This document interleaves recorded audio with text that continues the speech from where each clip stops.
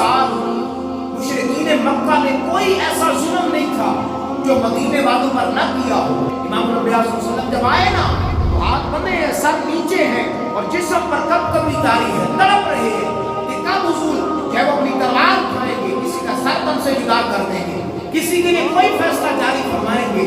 लेकिन आइए अब लोगों का हाल देखिए। अब हुजूर ने सल्लल्लाहु के सामने हजरत अमीर हमजा का लाशा भी था। इमाम नबी सल्लल्लाहु अलैहि वसल्लम ने जब अपने चचा का लाशा देखा, हुजूर ने सल्लल्लाहु की दाढ़ी आंसुओं से तर है और कई दिन तक आप परेशान रहे। वो सारा वो जुल्म उनका सामने था, लेकिन ये जब सारे सामने आए ना, तो फरमाया जाओ, मैंने सबको अल्लाह की रज़ा के लिए माफ फरमाया। जिस तरह मेरे भाई यूसुफ अलैहिस्सलाम ने अपने भाइयों को माफ किया था, आज के दिन किसी से कुछ नहीं पूछा जाएगा। इधर इमाम बयान चल रहे हैं, उधर सारे के सारे हुजूर के कदमों में